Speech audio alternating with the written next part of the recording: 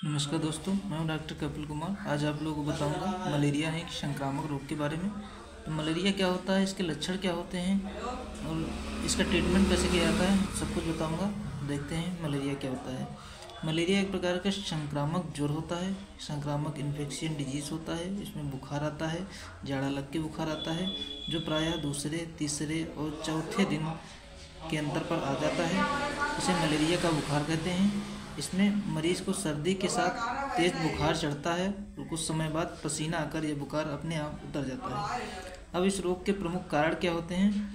यह प्लाज्मोडियम नामक जीवाणु मादा एनाफिलीज मच्छर के काटने के द्वारा होता है। प्लाज्मोडियम की 4 प्रजातियां होती हैं: plasmodium vivax, plasmodium ovale, plasmodium falciparum and plasmodium malariae. अब इस रोग के प्रमुख लक्षण कौन कौन से होते हैं। इसमें जाड़ा लगता है, शीत अवस्था होती है, गर्मी की अवस्था होती है और तीसरे नंबर पर स्वेद अवस्था या पसीने की अवस्था होती है। तो शीत अवस्था में क्या होता है, मलेरिया की यह पहली अवस्था होती है। इसमें उबकाई आती है, यानी कि उल्टी मालूम देती है, वमन होता है, पेट दर्द होता है शरीर में और प्यास लगती है। कभी कभी रोगी जाड़े के मारे थर-थर काँपने लगता है।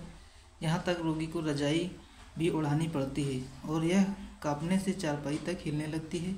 रोगी पित्त की कै करता है, मतलब उल्टी करता है और उसके हाथ पैर बर्फ़ की तरह ठंडे हो जाते हैं। अब बात करते हैं गर्मी की अवस्था। यह मलेरिया की दूसरी अवस्था होती है। इसमें रोगी का शरीर कुछ देर जाड़ा लगने के बाद सारा शरीर गर्म हो जाता है। शरीर का तापमान 103 से 104 डिग्री फ़ारेनहाइट चढ़ जाता है। रोगी छटपटाता रहता है। यह अवस्था बहुत देर तक बनी रहती है, लगभग 3 से 4 घंटे तक यह अवस्था बनी रहती है। नंबर 3 पे आती है स्वेद अवस्था या पसीने की अवस्था। 2 से 4 घंटे पसीने के साथ बुखार कम होने लगता है। 2 से 4 घंटे में बुखार कम होने लगता है। रोगी के कपड़े भी पसीने से भीग जाते हैं। यह अवस्था ज़्यादा दिनों तक रहे तो रोगी का जिगर यानी कि लीवर और तिल्ली बढ़ जाती है। लगातार बुखार आने के कारण तिल्ली बढ़ जाती है। अब ये 3 अवस्था होती हैं। ये जाड़े की अवस्था होती है, ये थोड़ा सा गर्मी लगी तब की अवस्था है, ये पसीने की अवस्था है। नंबर 1 पे यह ठंड लगने से शुरू होता है, प्रायः सिर दर्द भी होता है। व्यक्ति 15 मिनट से 1 घंटे तक ठिठुरता रहता है जाड़े के मारे। ठिठुरन के बाद बुखार चढ़ता है, प्रायः 40 डिग्री सेंटीग्रेड, इससे ज़्यादा भी बुखार चढ़ता है। व्यक्ति कमजोरी का अनुभव करता है, उसकी चमड़ी लाल हो जाती है, स्किन का कलर लाल हो जाता है। कई बार उसका मस्तिष्क शून्य हो जाता है, उसका दिमाग काम नहीं करता है, उसको बकता रहता है। बुखार कई घंटों तक बना रहता है। अंत में व्यक्ति के शरीर में पसीना आता है और बुखार अपने आप उतर जाता है। बुखार उतरने के बाद व्यक्ति कमजोरी का महसूस करता है, परंतु वैसे पूरी तरह स्वस्थ लगता है। अब बात करते हैं मलेरिया निम्न प्रकार का होता है। Falciparum malaria, vivax malaria, ovale malaria, malariae malaria and cerebral malaria. Falciparum malaria यह एक गंभीर एवं खतरनाक मलेरिया होता है। इसमें तीव्र लक्षण होते हैं, कभी कभी रोगी की मृत्यु भी हो जाती है। इसको दिमागी मलेरिया कहते हैं। इसमें मरीज़ को एकाएक तेज़ सर्दी लगने के साथ तेज़ बुखार 160 डिग्री फ़ारेनहाइट तक हो जाता है। इसी बीच में कुछ रोगियों के सर में फटन जैसी ज़बरदस्त दर्द होती है, कुछ को उल्टी होती है, दस्त शुरू हो जाते हैं और कुछ रोगियों का पेशाब भी बंद हो जाता है। ज्वर की तीव्रता इतनी बढ़ जाती है कि रोगी बेहोशी की हालत में पहुंच जाता है। कुछ बेहोशी में बड़बड़ाने भी लगते हैं। अधिकांश रोगी सन्निपात की दशा में पहुंच जाते हैं। सन्निपात की वो दशा होती है कोई भी बॉडी पार्ट शून्य हो जाता है। अब वाइवेक्स मलेरिया क्या होता है। इसमें सबसे अधिक मिलने वाला वो रोग होता है। इसमें ज्वर तीसरे दिन चढ़ता है। शुरू में सिर दर्द, कमर दर्द, भूख न लगना, हाथ पैर टूटना जैसे लक्षण होते हैं। बाद में तेज़ जाड़े के साथ बुखार चढ़ता है और एवं तीनों अवस्थाओं में शीत अवस्था, गर्मी की अवस्था एवं पसीने की अवस्था होती हैं। तीनों अवस्थाएं होती हैं। यह बुखार ज़्यादातर दिन के समय होता है, यानी कि दोपहर के बाद अक्सर ये बुखार आता है। अब ओवेल मलेरिया यह एक हल्के रूप का मलेरिया होता है। इसमें बार बार तीसरे दिन बुखार आता है और वह अपने आप स्वयं समाप्त भी हो जाता है।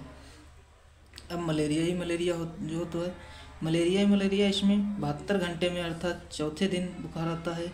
यह गुर्दों पर विनाशकारी प्रभाव डालता है।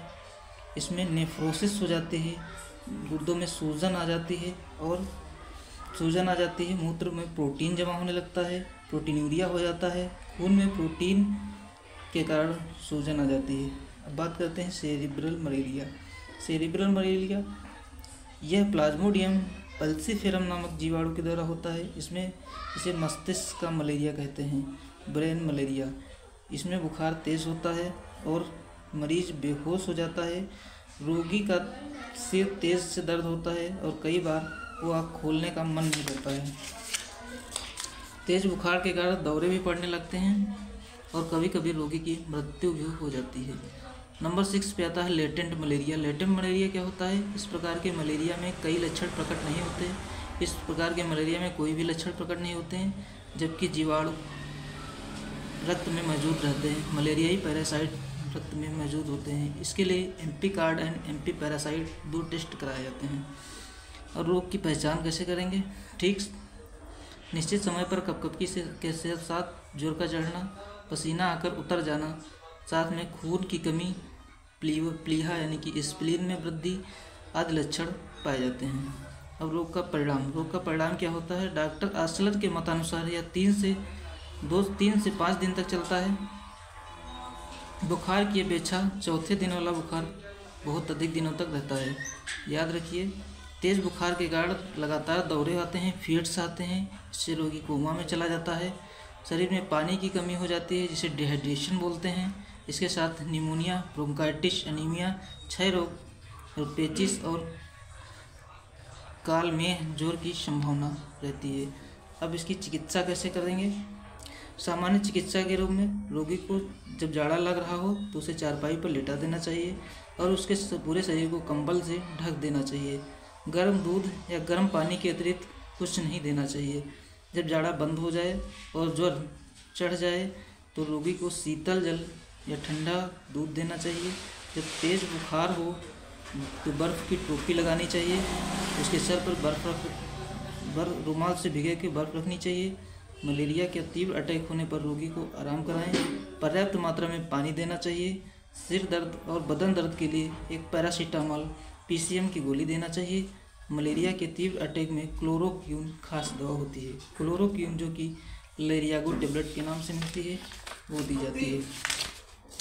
अब बात करते हैं इसके उपचार की। तीव्र दौरे का उपचार, इसके लिए सर्वोत्तम दवा क्लोरोक्वीन होती है। शुरू में 600 मिलीग्राम अर्थात 4 गोलियां एक साथ, इसके उपरांत 300 मिलीग्राम की 2 गोलियां 6 घंटे के बाद और फिर 150 मिलीग्राम की 1 गोली दिन में 2 बार 3 से 7 दिन तक दी जानी चाहिए। Thanks for watching.